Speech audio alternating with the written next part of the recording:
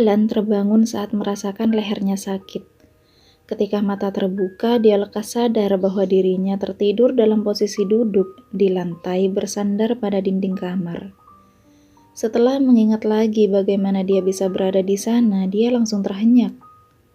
Semalam Alan dan Tasya bertengkar karena Tasya membawa Ran masuk ke apartemen mereka tanpa seizin Alan. Alan mengusap wajah dengan kasar. Dia bangkit berdiri dan pergi ke kamar mandi untuk sekedar cuci muka dan menggosok gigi.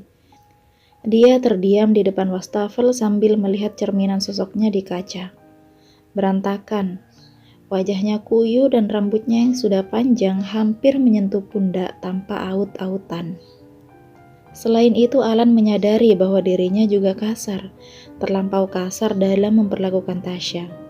Oh iya, dia menyuruh Tasya pergi semalam. Apakah gadis itu sudah kembali? Setelah membasuh muka, Alan mengambil handuk untuk mengeringkannya. Karena apartemen terasa sangat sepi, jadi dia buru-buru keluar dari kamar. Dia benar-benar tidak mendengar suara sedikit pun saat ini.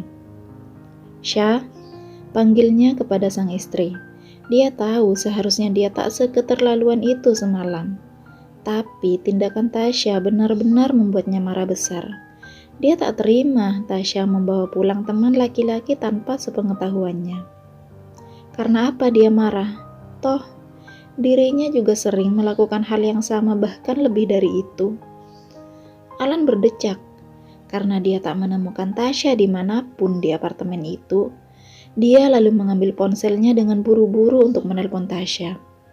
Ini bisa jadi masalah besar kalau sampai mertuanya tahu Tasya pergi karena mereka bertengkar. Panggilan kepada Tasya memang tersambung, akan tetapi dering ponsel di meja memberi tanda bahwa Tasya tak membawa ponselnya. Bahkan, tas gadis itu masih tersimpan di atas meja ruang tamu juga, berdampingan dengan si ponsel. Jangan-jangan Tasya memang tidak pulang sama sekali. Atas pemikiran itu, Alan buru-buru mencari kunci motor dan berjalan dengan setengah berlari keluar dari apartemen menuju parkiran. Mencari Tasya adalah satu-satunya yang dia pikirkan. Dia takut semuanya menjadi semakin rumit. Paling penting dia khawatir kepada gadis itu. Alan tahu Tasya tidak mungkin pulang ke rumah mertua atau rumah Papa Wisnu. Gadis itu bukan tipe pengadu. Yang terbersit di kepala Alan adalah mencari ke rumah Ran, teman Tasya yang semalam. Dia mendapatkan alamat rumah Ran setelah bertanya ke beberapa temannya. Ran tampak terkejut melihat Alan berada di depan rumah. Tasya? Dengan ragu Ran menggeleng. Semalam dia pergi sambil nangis dan kami belum ketemu lagi. Alan pergi begitu saja setelah mendengar jawaban Ran. Tapi belum juga ia naik ke motor, ia membalikkan badan dan berkata, "Gue harap lo paham status Tasya." Nada dingin itu membuat Ran bergidik. Sebelumnya dia tidak pernah berinteraksi dengan Alan. Bahkan baru semalam dia melihat Alan dari dekat, dan itu pun dalam kondisi Alan marah. Ran bersumpah dia tak ingin lagi bertemu Alan dalam situasi seperti semalam. Selepas melontarkan hal itu, Alan menaiki motor untuk mencari Tasya dalam kebingungan. Di mana Tasya? Apakah gadis itu baik-baik saja? Ran bilang, Tasya pergi sambil menangis semalam. Jelas Tasya tidak akan baik-baik saja. Kalau sampai terjadi sesuatu pada Tasya, Alan akan menghukum dirinya sendiri seumur hidup. Alan sudah keterlaluan dan ia menyesal. Gadis itu pasti hancur, kehancuran yang Alan sebabkan oleh dirinya sendiri. Sekali lagi Alan menyakitinya dan kini Alan yang menyerah. Pencarian yang tak kunjung membuahkan hasil sementara tangannya sudah kebas dan ia kedinginan tidak membuat Alan menyerah. Ia bersyukur untuk hal itu karena kemudian matanya menangkap keberadaan Tasya. Duduk di depan emperan toko yang sudah tutup, sendirian memeluk dirinya sendiri dan melamun. Alan langsung meninggalkan motornya dan menghampiri Tasya. Ditempatinya ruang kosong di sebelah gadis itu. Detik mereka lewati dengan keheningan. hanya deras hujan yang menghantam atap toko yang terdengar. "Syah," panggil Alan pelan. "Pulang ya." Tasya segera menggeleng, pandangannya tetap lurus ke depan. Kosong. "Kenapa? Kamu nyuruh aku pergi."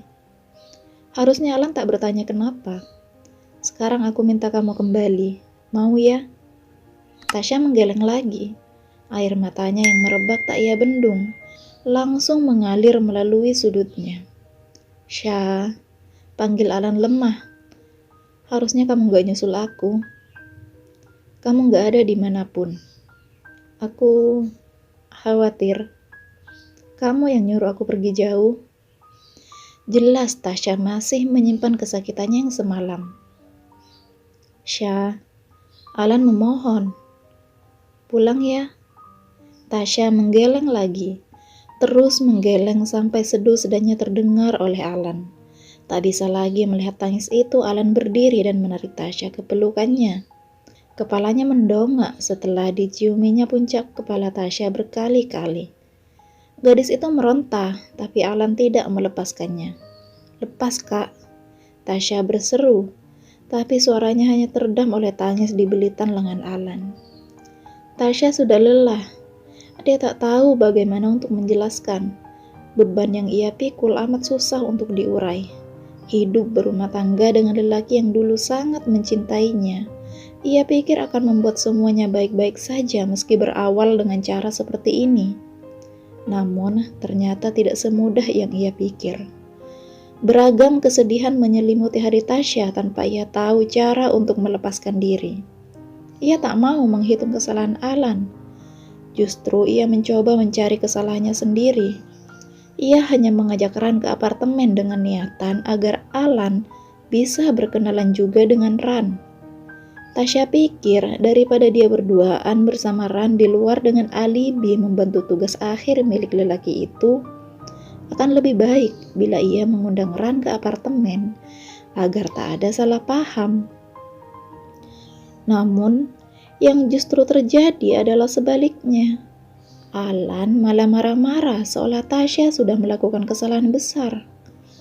Memangnya lebih besar mana dengan kesalahan Alan yang jelas-jelas selingkuh di depan mata Tasya? Tasya terseduk kencang. Rasanya ia sedih sekali sampai tak bisa mengontrol emosinya. Apalagi yang harus ia lakukan agar Alan benar-benar berubah. "Sudah, Syah. Kumohon maafkan aku." Alan tahu maaf saja tak cukup untuk menghapus kesalahannya. Tapi mau bagaimana lagi? Ia tak tahu harus melakukan apa untuk membuat Tasya berhenti menangis. Ia tahu Tasya sangat sedih dan sakit hati akibat perbuatannya tadi malam. Ia ingin Tasya berhenti menangis karena tangisan gadis itu sangat membuatnya merasa bersalah. Ketika merasakan belitan lengan Alan sudah tak terlalu kuat, Tasya lekas mendorong lelaki itu. Setelah sekian menit akhirnya ia bisa mengontrol kesedihannya. Dia mengusap bekas air mata yang masih basah di pipi. "Syah," Alan meraih tangan Tasya. "Mau kemana?" "Pulang." Alan lalu mengangguk. "Ayo, aku mau pulang sendiri." "Dengan apa?" "Taksi," sahut Tasya singkat seraya menarik tangannya yang masih dipegang oleh Alan. Tapi Tasya langsung memotong perkataan Alan. "Bisa nggak, Kak, biarkan aku sendiri dulu? Dia cuma butuh waktu sendiri untuk merenungi segalanya." "Aku tahu, tapi kamu mau bayar taksi pakai apa? Kamu nggak bawa apa-apa. Dompetku juga ketinggalan." Tasya diam sebentar. Sungguh ini sangat memalukan.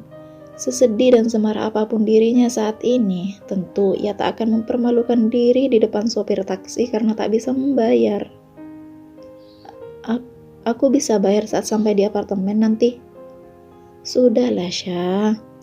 Alan kembali meraih tangan Tasya dan menarik gadis itu menuju motornya. "Sekarang naik motor dulu. Kalau mau sendirian, nanti saja kalau sudah sampai di apartemen." Memang Alan yang pada dasarnya tukang paksa tetap saja tak mau dibantah. Meski Tasya tak pakai helm, dia tetap saja nekat membonceng istrinya. Untung tak terjadi apa-apa selama perjalanan pulang yang hanya diisi dengan suara deru kendaraan tersebut.